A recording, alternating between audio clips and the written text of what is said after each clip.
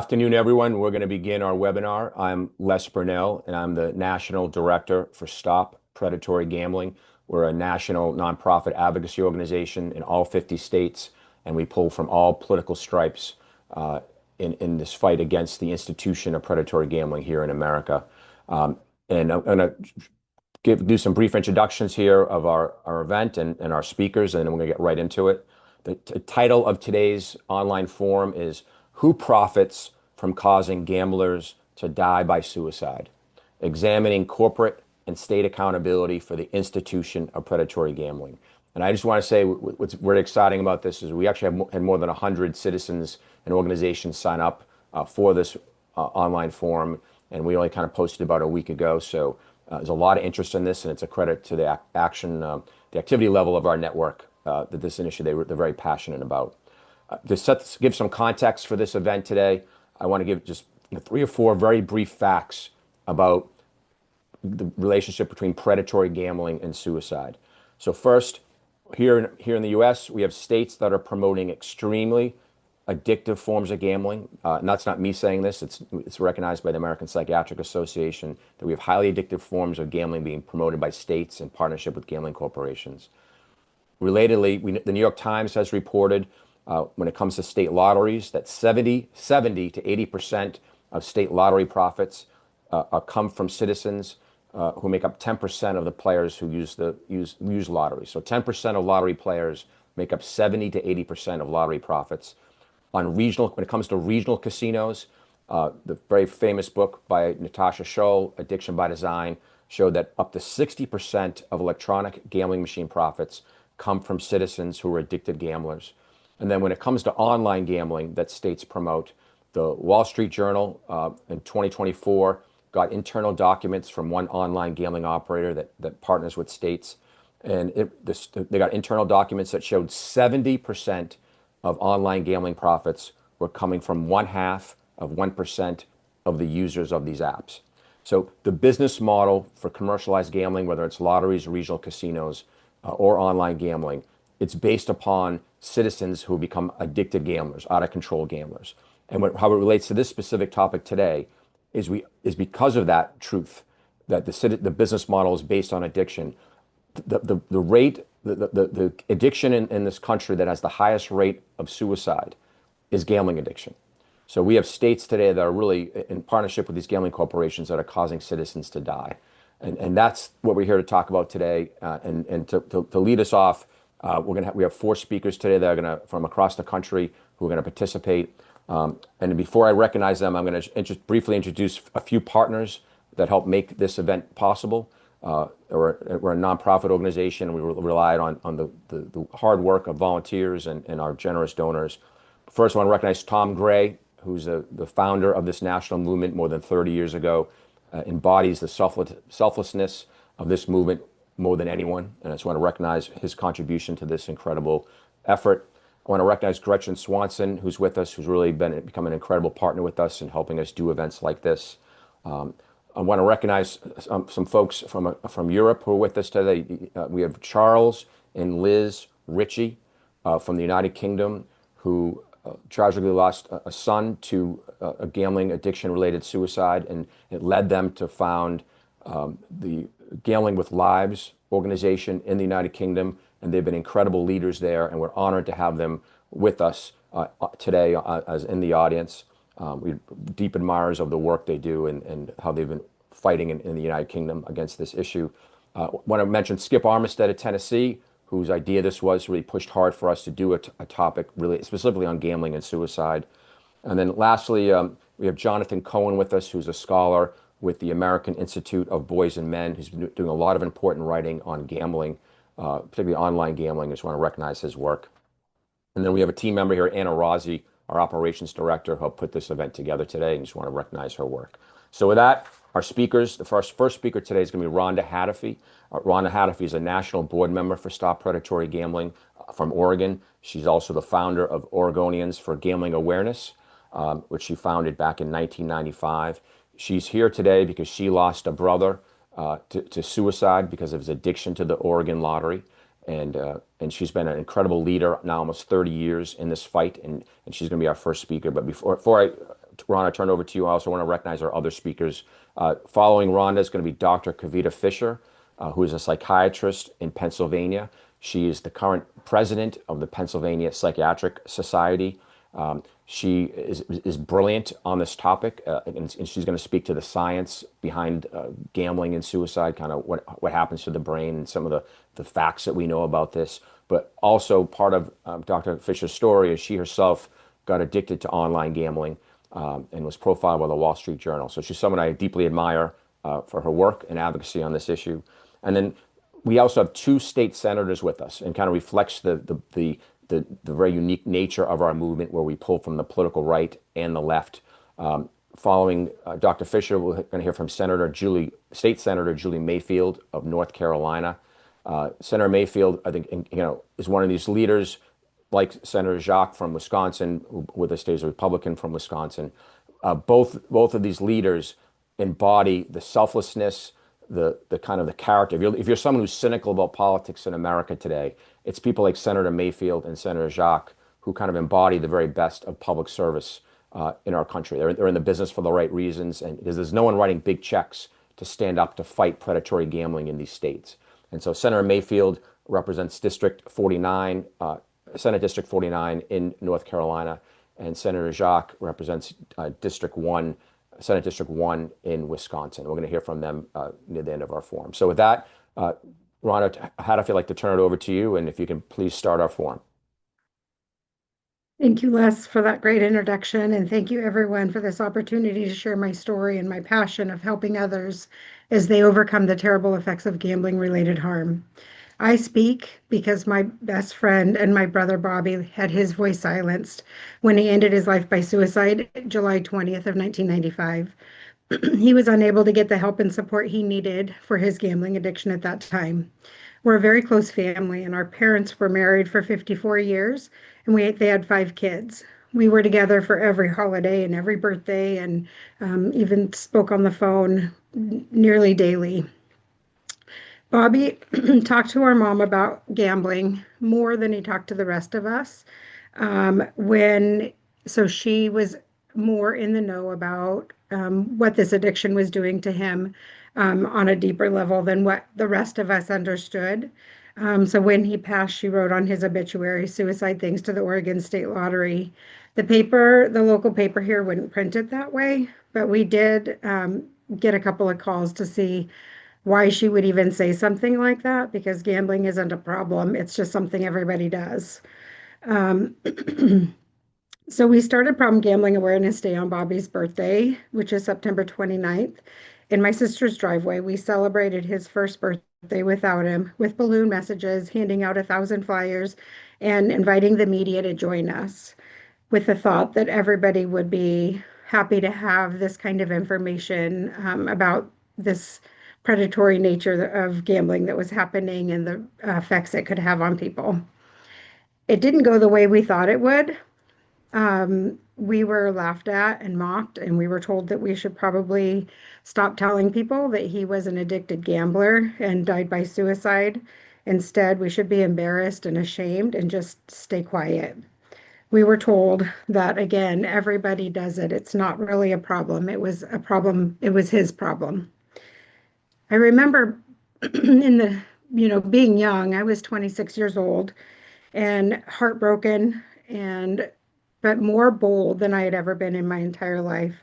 I was asking to meet with the governor of Oregon. I was walking into the Oregon State Lottery office asking to speak with the director.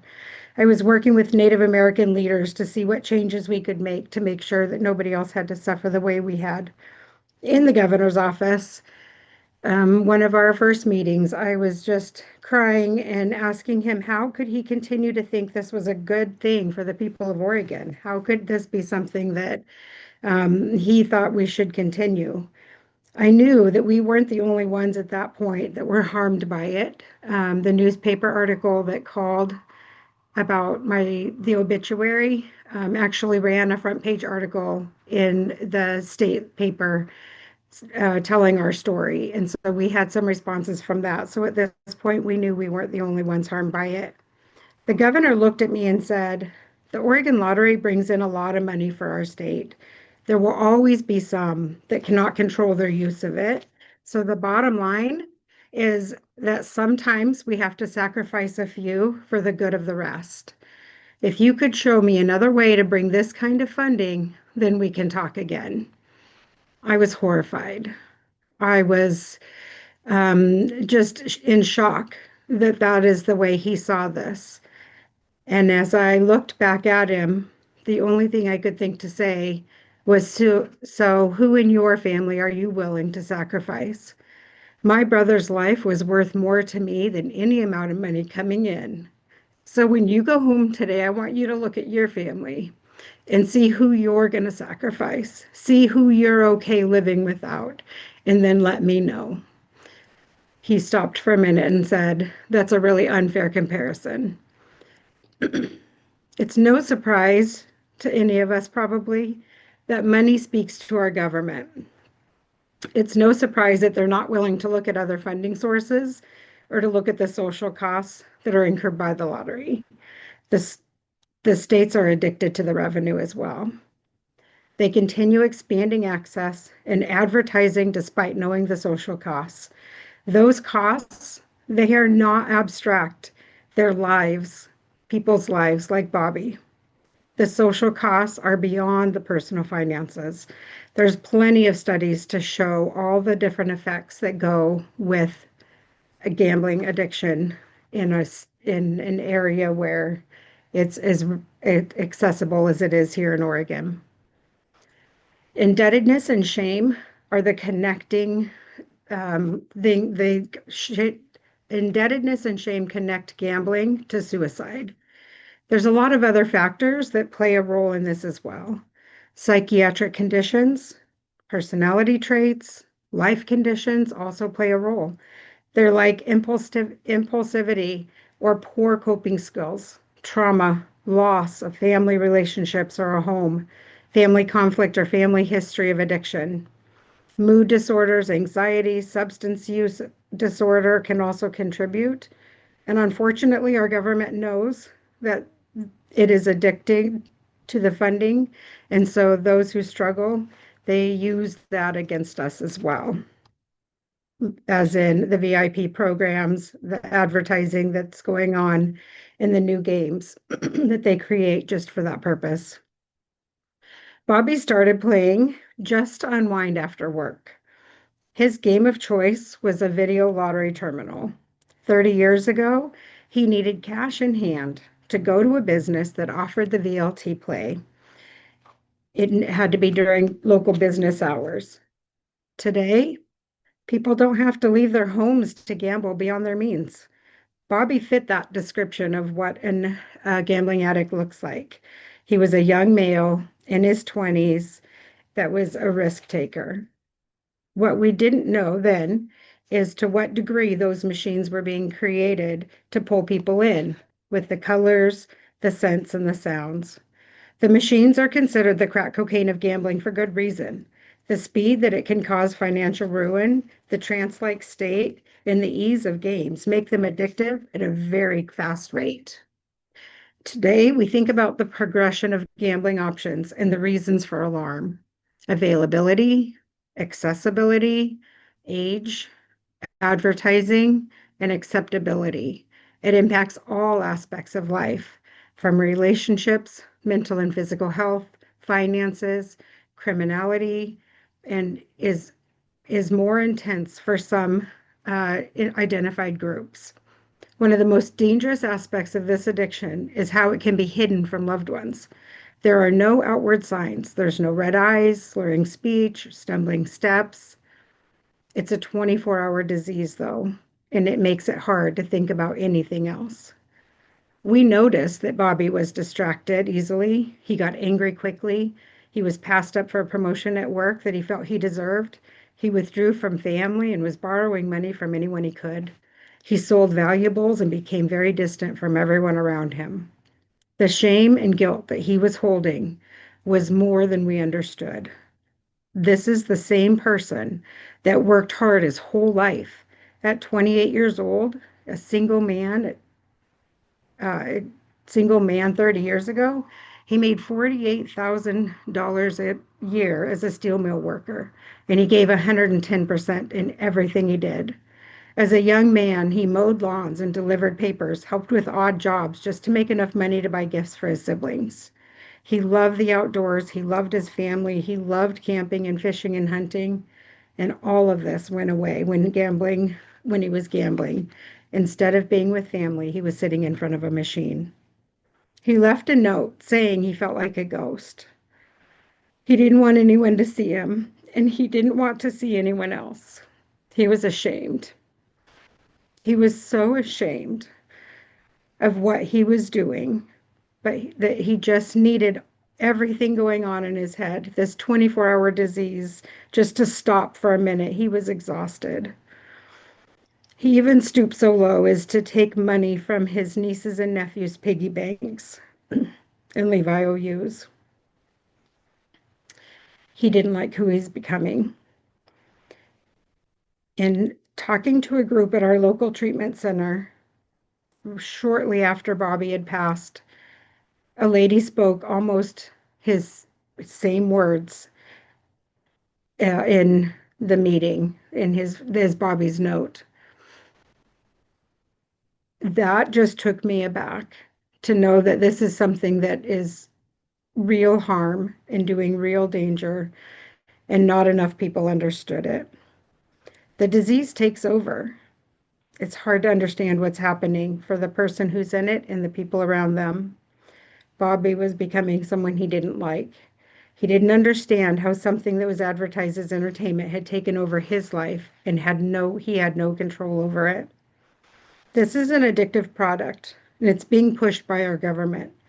They know full well the harm that it is causing.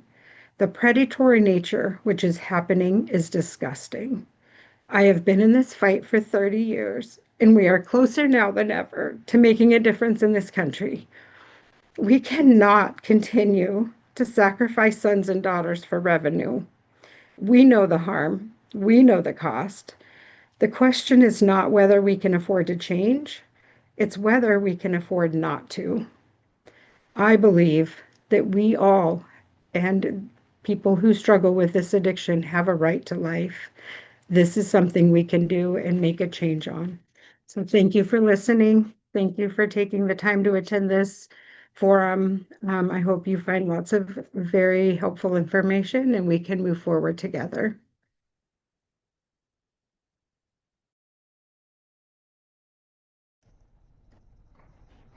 Thank you so much, Rhonda, for sharing that.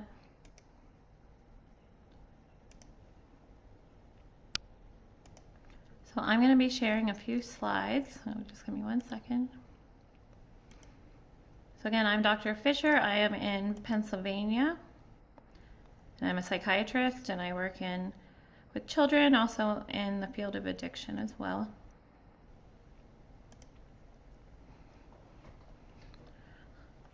All right, so I just have a few slides, so I'll try to keep this lively. So modern gambling, it truly is, Les mentioned this earlier, it's an engineered addiction. It really exploits brain vulnerability. It was recognized as an addiction in DSM-5, which is kind of the manual that is used in psychiatry for diagnosis. And we're actually on version 5TR now and coming up with yet another version soon. But starting with 5, it was really moved into the category of substance use disorders and out of the impulse control disorder category, really indicating that it has the same sort of dopamine dysregulation or chemical issues and impaired executive function as other substance use disorders and addictions like opioid use. And modern gambling products are really engineered for addiction using high velocity betting, near miss stimuli, personalized targeting, behavioral targeting, which really makes cessation very difficult. Adolescents are particularly vulnerable because they have evolving brains and higher impulsivity and risk-taking vulnerability as well. So let's look at gambling and suicide. So I looked at some of the most recent studies and wanted to share those with you. In 2022, a study was done using qualitative evidence that showed that really individuals describe gambling as creating a situation they perceive as inescapable rather than as one problem among many other problems, which is often spoken about incorrectly. Indebtedness and shame are two of the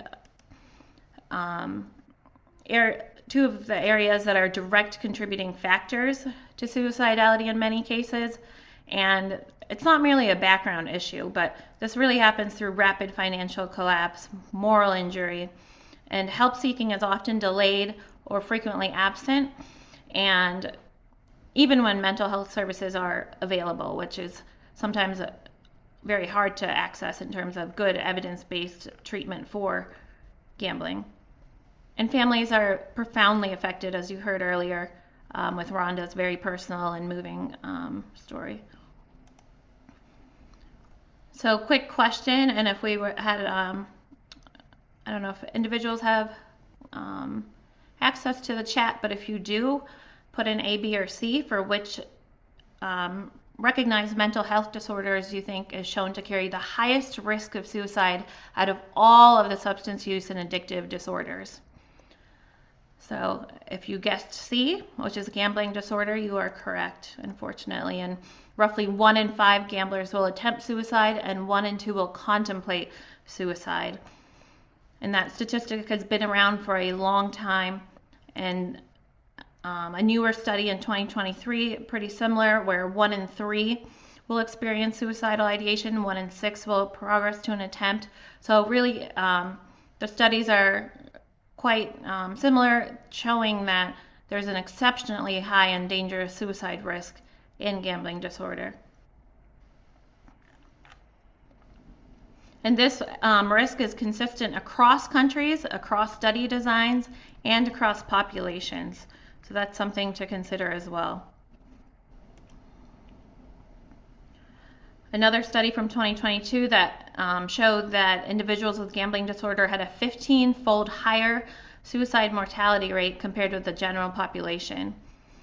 This study also showed that a lot of suicide deaths involved middle-aged men, often with undisclosed gambling problems, and financial crisis again was reported most consistently as a precipitating factor.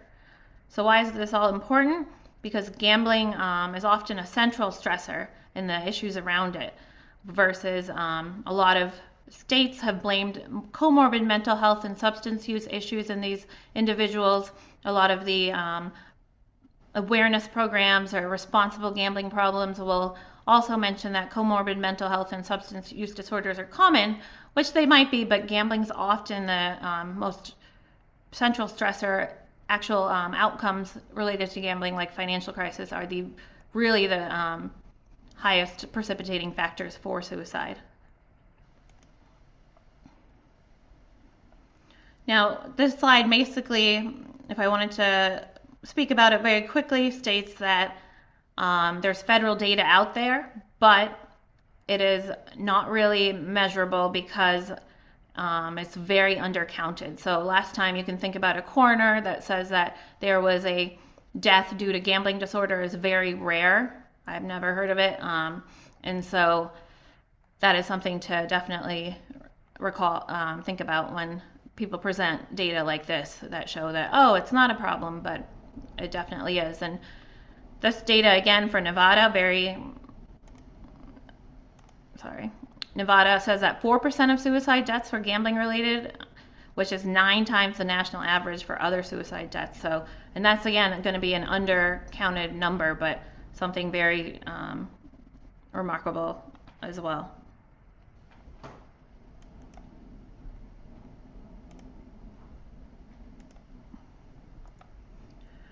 So just last week, the Pennsylvania Psychiatric Society, which I'm the president of, and the Pennsylvania Society of Addiction Medicine released their position statement on mitigating gambling harm in Pennsylvania. And so they recommended, they had a couple of some recommendations shown here that really talked about prevention being the best treatment. So only 10% of gamblers will actually present to treatment. And so statements reminding people to gamble, in quotes, gamble responsibly or call 1-800-GAMBLER, they're not really meaningful policies. They completely ignore that modern gambling products are engineered for addiction. Looking at affordability checks, including deposit limits and loss caps, are not done, but they need to be done to prevent financial harm because it occurs. Before it occurs, especially because of that link between the financial harm and suicide. Prohibiting use of credit cards for all online gambling activities. This has been talked about in a few states, and a few online platforms have moved towards this. But again, if you accept PayPal, which is not a credit card technically, but credit cards can be used on PayPal, that's still having credit card use, so something to consider. Eliminating VIP, loyalty, and high loss reinforcement programs really need to be looked at. They're really inconsistent with even the responsible gaming, end quote, principles. Restricting advertising and promotional messaging. So if you think about family programming or family sporting events, youth accessible platforms, there's a lot of normalization and advertising, and minors really need to be protected from early initiation or grooming into gambling. Ensuring that the diagnosis is reimbursable by all relevant payees with the same parity as substance use disorders is something really important to consider. And pausing further expansion until public health protections or safeguards are in place is also something very important to consider, especially in states that are expanding.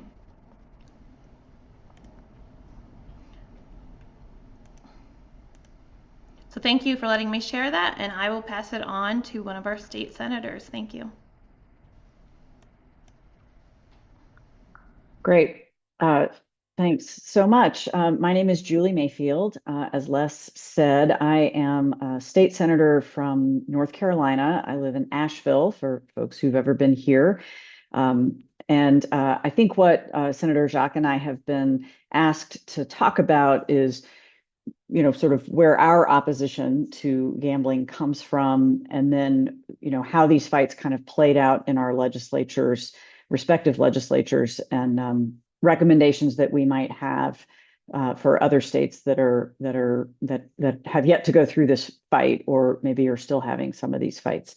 So I'll start by saying, and I guess, again, we're a bipartisan pair here, so I'm the Democrat in this pair, and my opposition to gambling, and particularly online gambling, which North Carolina legalized almost exactly 2 years ago, March of 2024.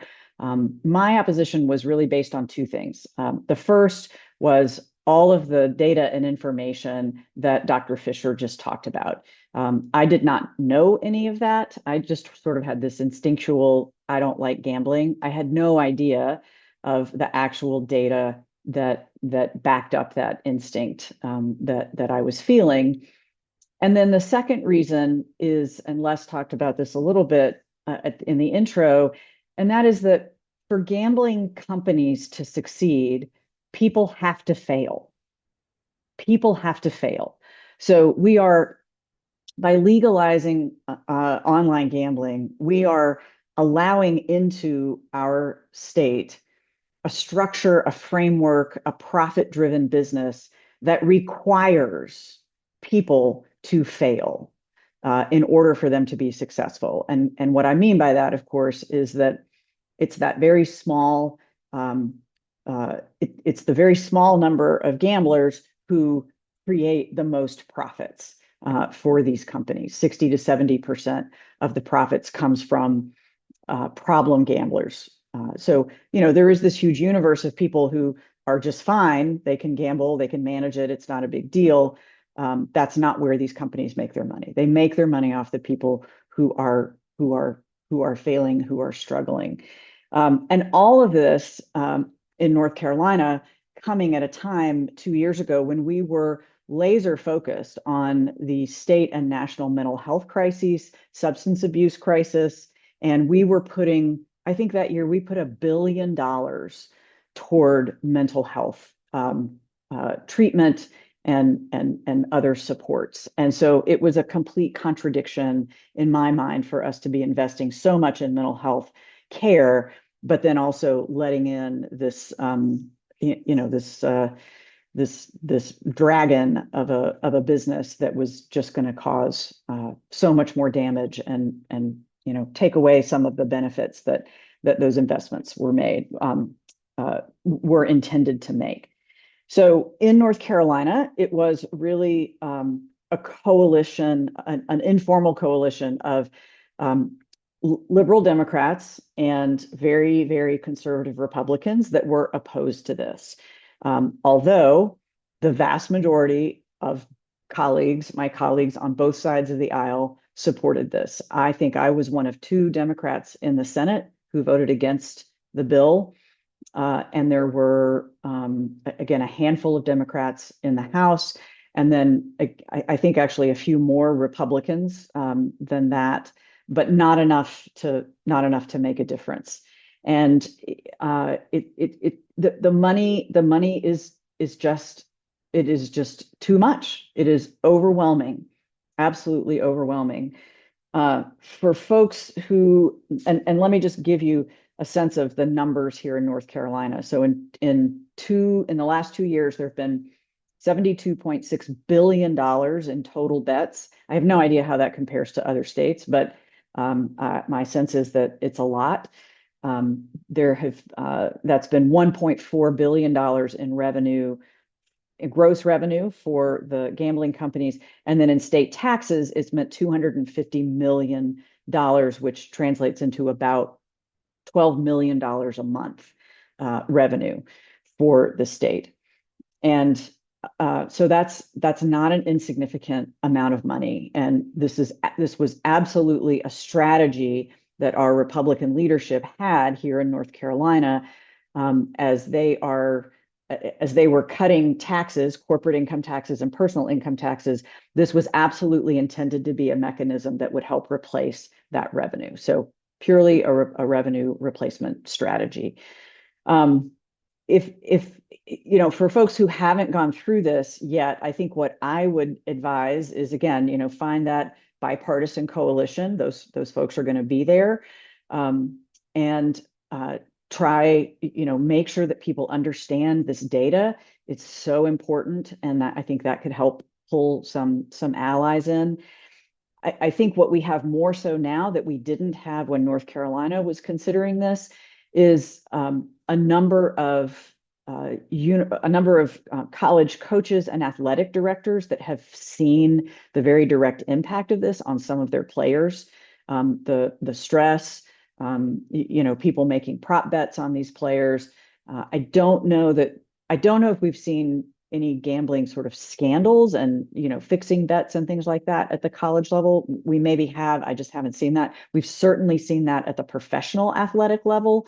And it just seems like it's a matter of time before it gets to the collegiate level. And we know that there are coaches and athletic directors out there that don't like this.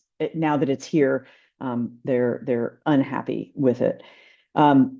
And then one of the other dynamics that happened in our legislature is the leaders of this bill promised a chunk of this revenue to our historically Black colleges and universities to help support their athletic programs, which need help. I'm not saying they don't need help, but that was absolutely a way that they bought the support from most of our Black legislators, almost all of them, actually.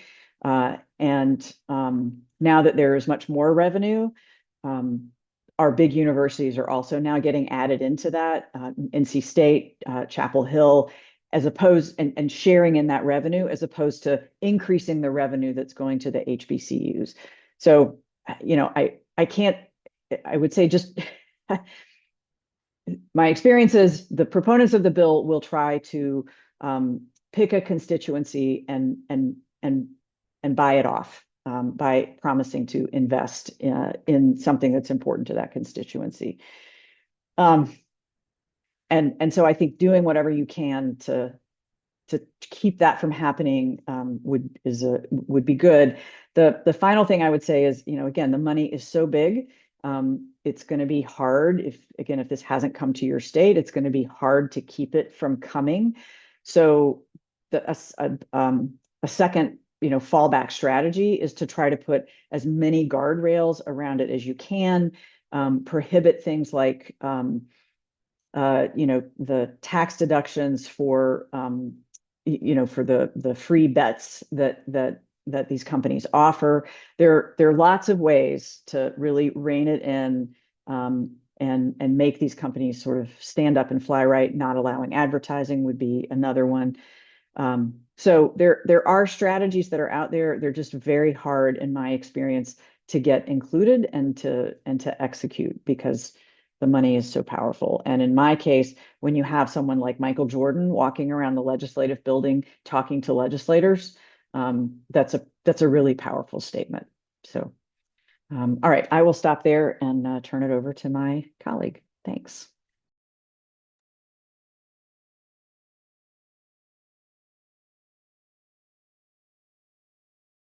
All right.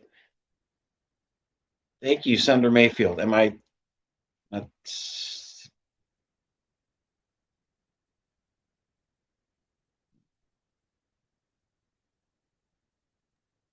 We can hear you, Senator Jacque. Okay, I wasn't clear. So I'm State Senator André Jacque. I'm from Northeast Wisconsin, where we're in the middle of the fight against sports gambling expansion. I represent the thumb of Wisconsin, from Tippecanoe County down the lakeshore to the Fox River Valley, and then back up through Green Bay. And I'm actually kind of known among my colleagues as one of the biggest sports buffs in the capital. I have quite a collection of what I've collected over the years, and I really am upset with what sports gambling has unfortunately done to the enjoyment of sports. And we have had those scandals here in Wisconsin. In fact, there were players that were, I believe, going to be very involved in some of our University of Wisconsin sports teams that unfortunately got caught up in the college sports scandal for their prior institutions before entering the transfer portal. But what we're dealing with right now is, I look at it as crony capitalism, which I think there really is a bipartisan pushback against. In this case, it would be for the tribes in Wisconsin. But this is something that, certainly we have all the data and the studies out there that Dr. Fischer and Ronda had shared. I mean, I think, like Senator Mayfield, you kind of intuitively know that even before you see the data. This is something that really makes sports betting 24/7 everywhere throughout the state. I mean, one of the things in Wisconsin that we're looking at is that it would actually, with the hub and spoke model that Florida has, basically turned the entire state of Wisconsin into an Indian reservation for the purposes of gambling. And that has real repercussions beyond just sports gambling and not having to go in person to a casino. Because when we talk about frictionless, they ultimately would expand that to other forms of gaming as well.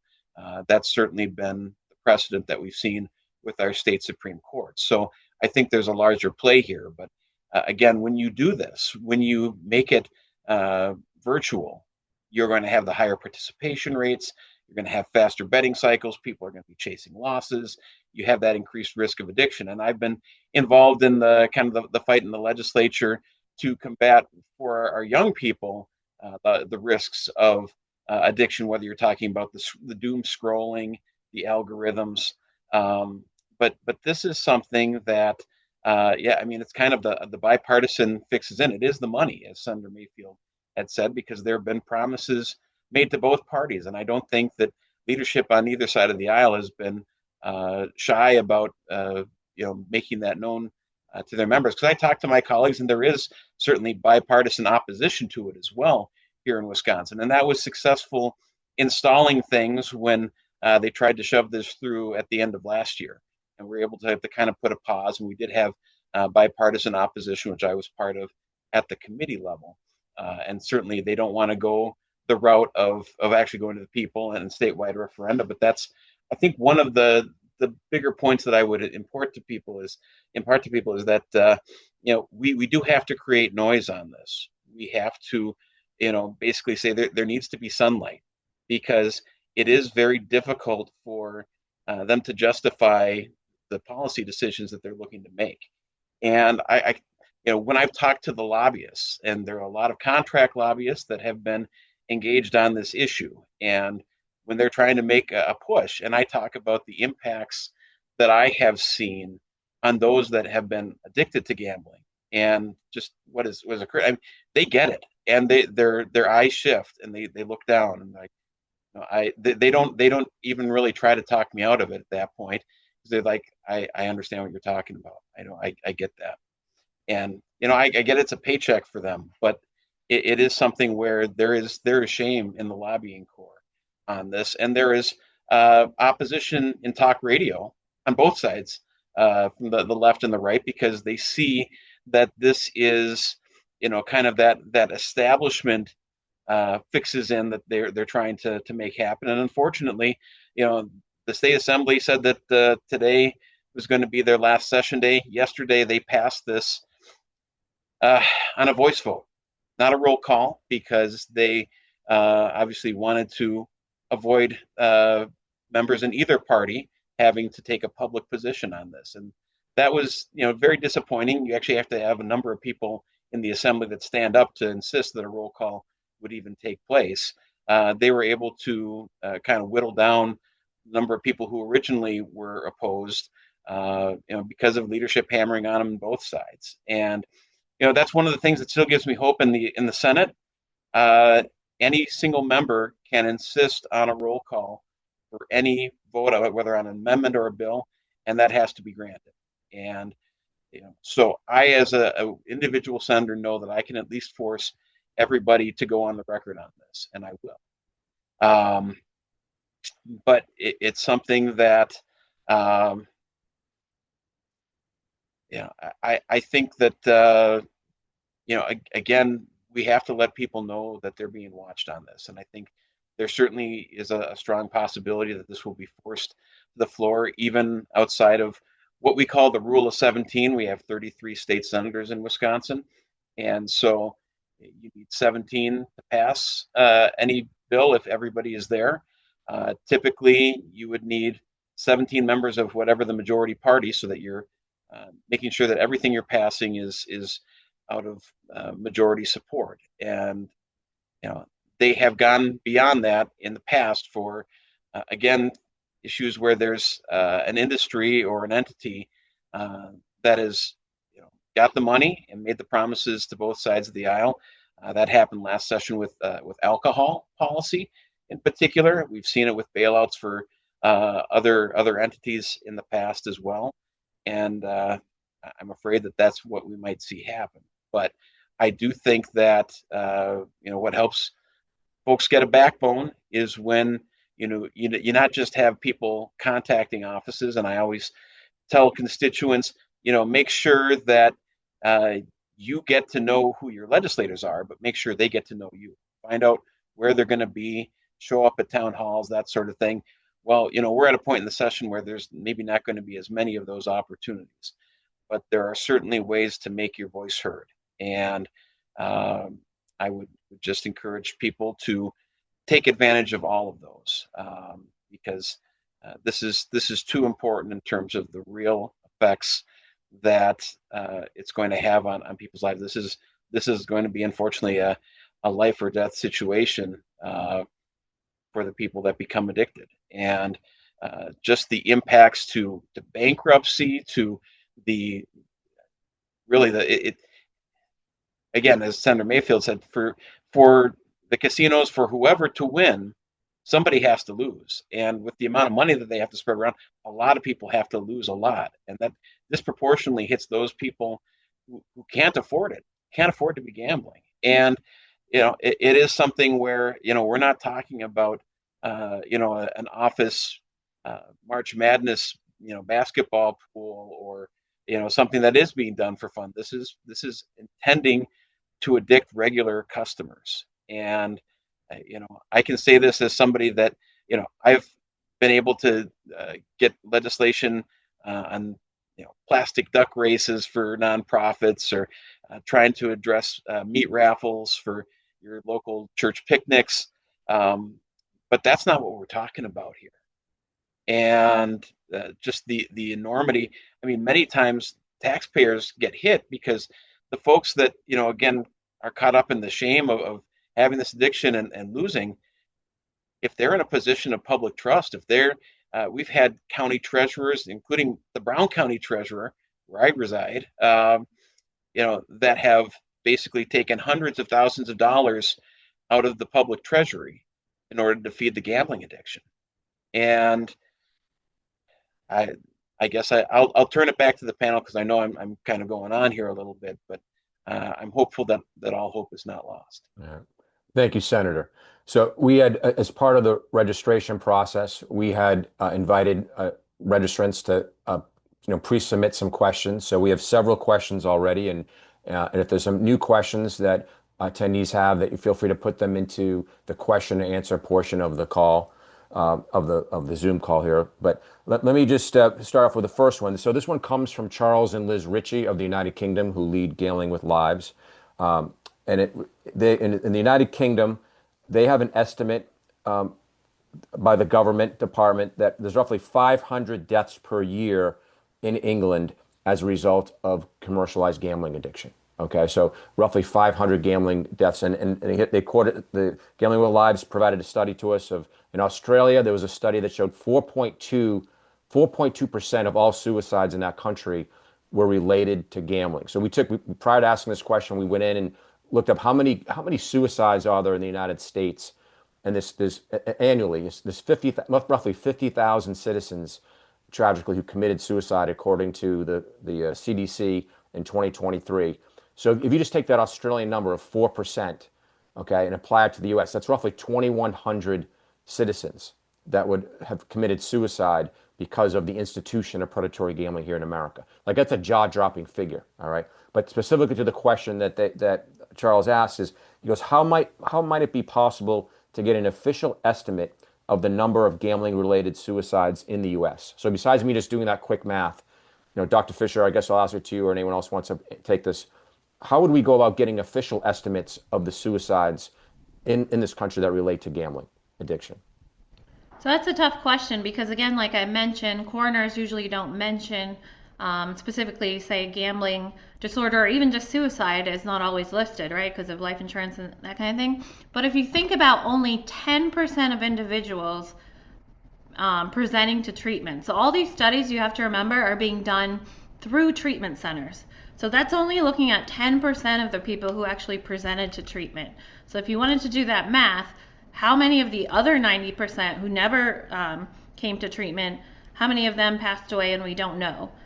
There's so many stories just locally, I can tell you, or local restaurant, the son passed away.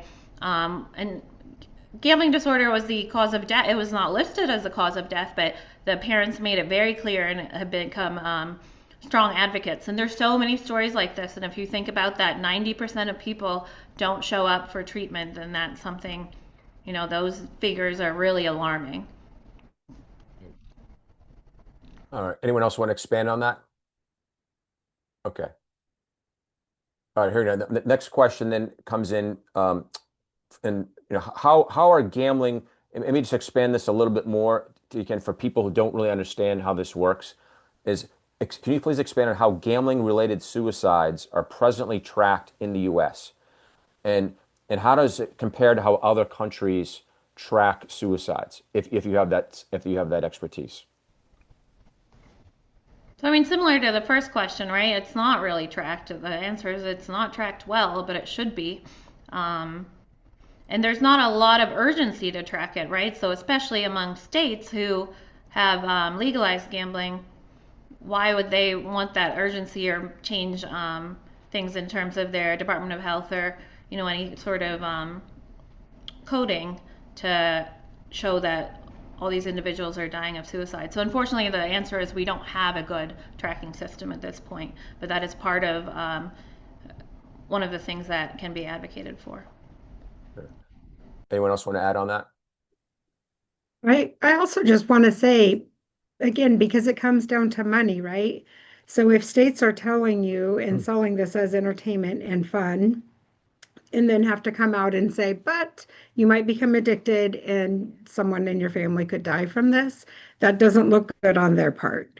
They want to tell the good things that the lottery money is going towards, not the negatives. And so if you have to come up and say this many deaths stemmed from this product that we're promoting, it's not going to look good for the states.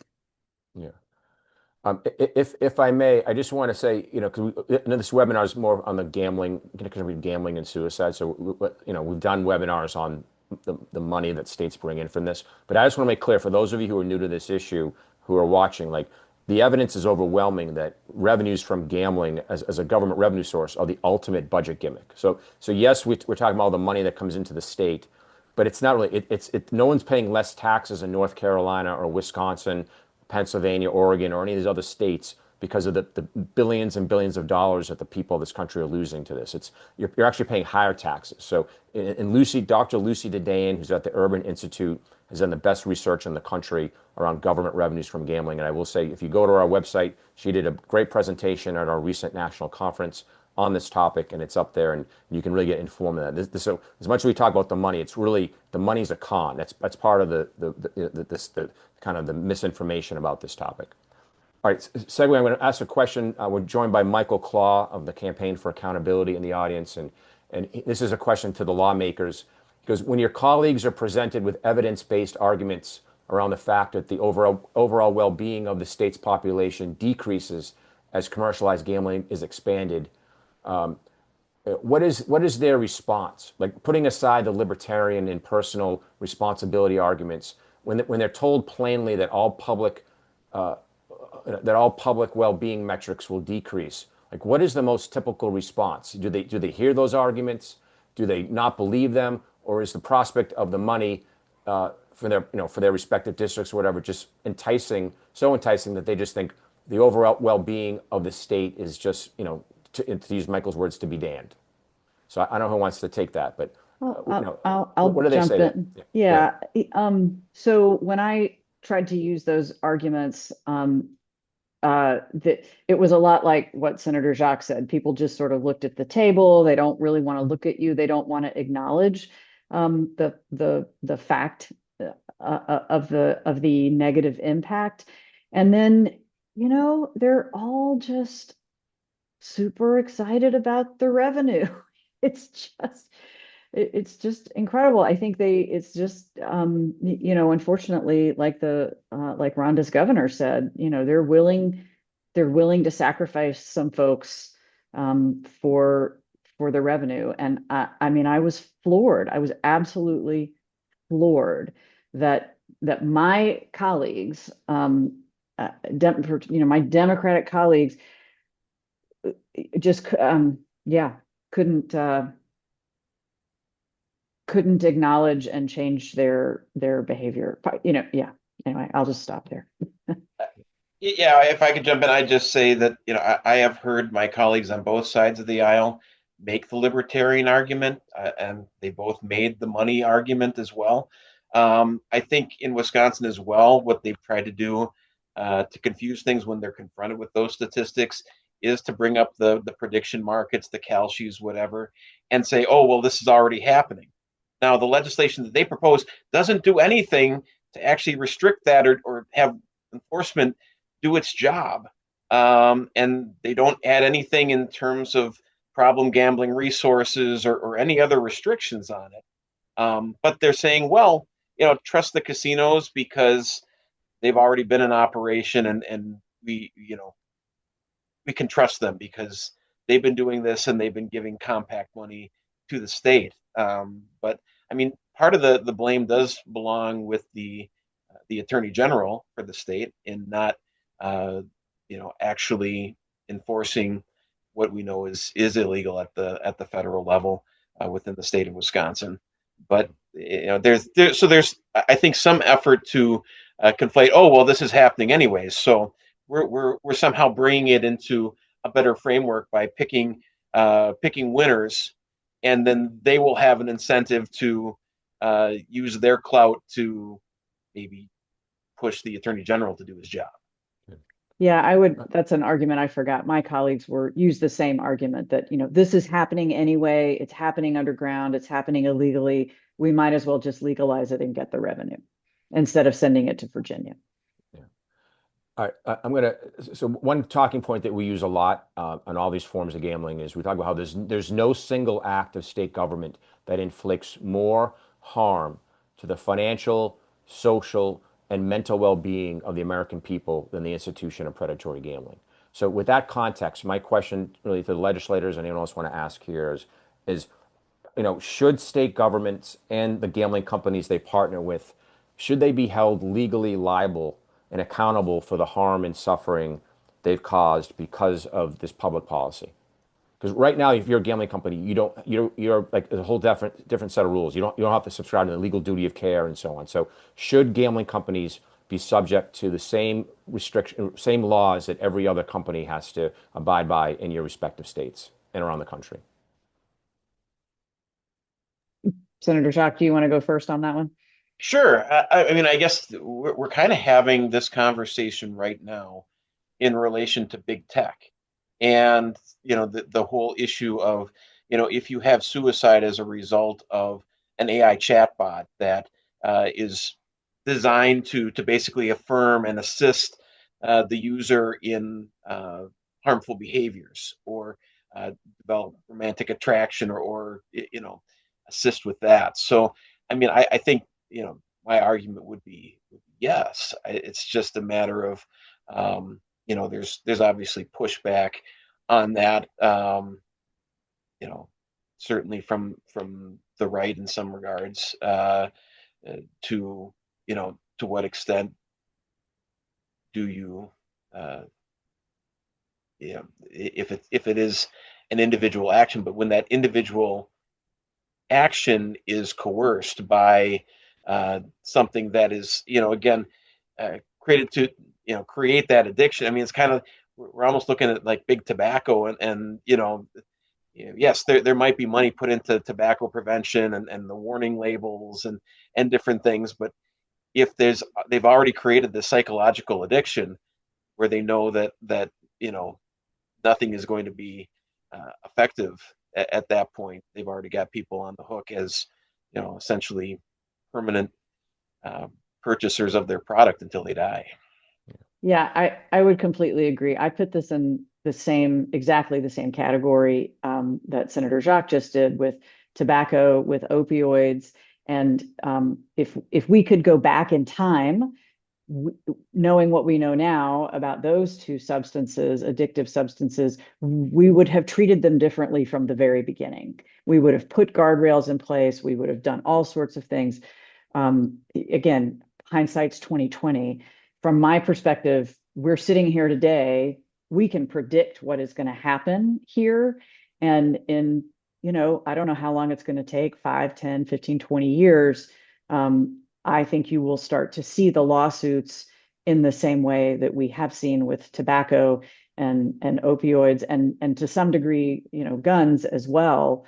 But this is not that. This is definitely an addictive thing. We have the ability to control it now, limit it, and most states are choosing not to do that. And I think we will do that at our peril. And I think the companies that are pushing us to adopt laws without any, really without any restrictions, should be held responsible for that.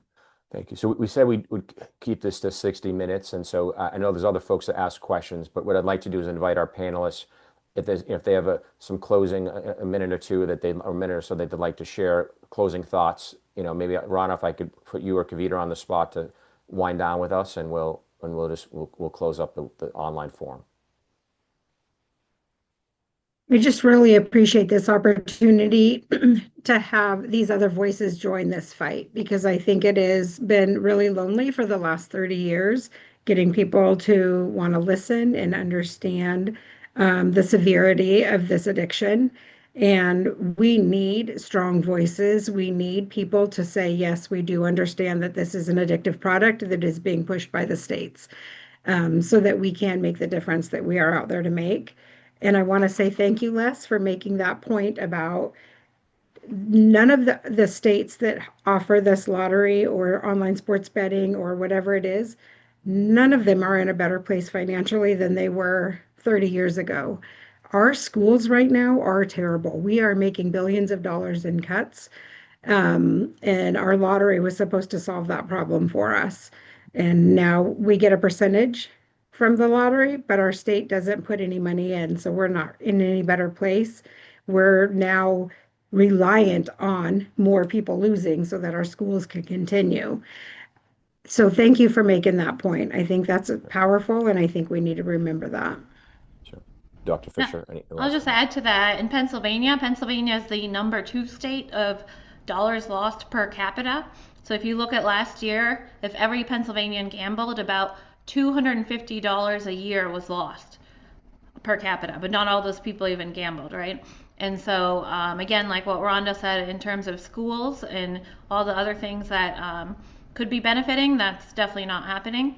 And a lot of the money sits in a rainy day kind of bucket until it's voted on in terms of where to be used. And I just wanted to also say thank you to the senators who came to this talk, because it's really great to see lawmakers fighting the good fight and really caring about the public and not about money and other sort of corporate or financial things. So thank you both. Senator Mayfield, any last thoughts you'd like to share with the group? Oh, you're on mute, Senator. Thanks. I just do think it is a wave that's crashing all across the country, and I think our experience and in other states has shown that trying to keep the wave from crashing in your state is not likely to be successful. So, pivoting to putting as many guardrails on it as you can, and frankly, making it less lucrative for the gambling companies, as much as you can do that as possible, is where I think the fight is. Senator Jacque.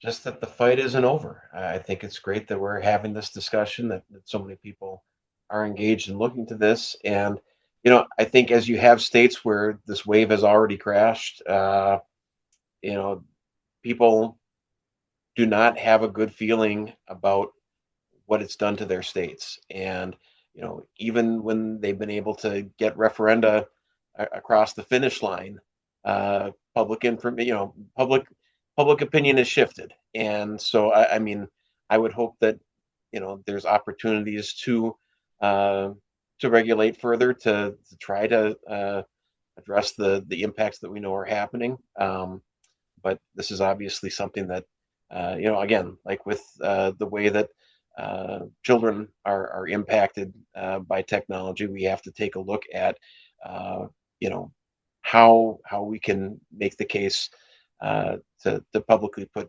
more restrictions on. But thanks for this opportunity, and thanks for everything that all of my co-presenters, Senator Mayfield, are doing, and thank you. Sure. And just to wind down here, my last thought would be, if you're someone who cares about this issue, you're passionate on it, you're in the right place. Stop Predatory Gambling we're doing something about this, and there's more and more players in the country getting involved with this, because predatory gambling is America's most neglected major problem. And if you care about the direction of our country, this is Exhibit A about what's broken. And so, and if you're cynical about politics, you see two people on this call with Senator Mayfield and Senator Jacque, who embody the very best of what America represents, come from different parties, really talented public leaders, and we're very blessed to have you with us and appreciate the work you do every day and for taking this issue on. So thank you very much to everyone who attended today, and we'll be sending out a video as well as any slides that were presented. We'll send them out once we have all that information, and you'll be getting a follow-up email from us. So thanks, everybody. Let's keep working. Have a good rest of the afternoon.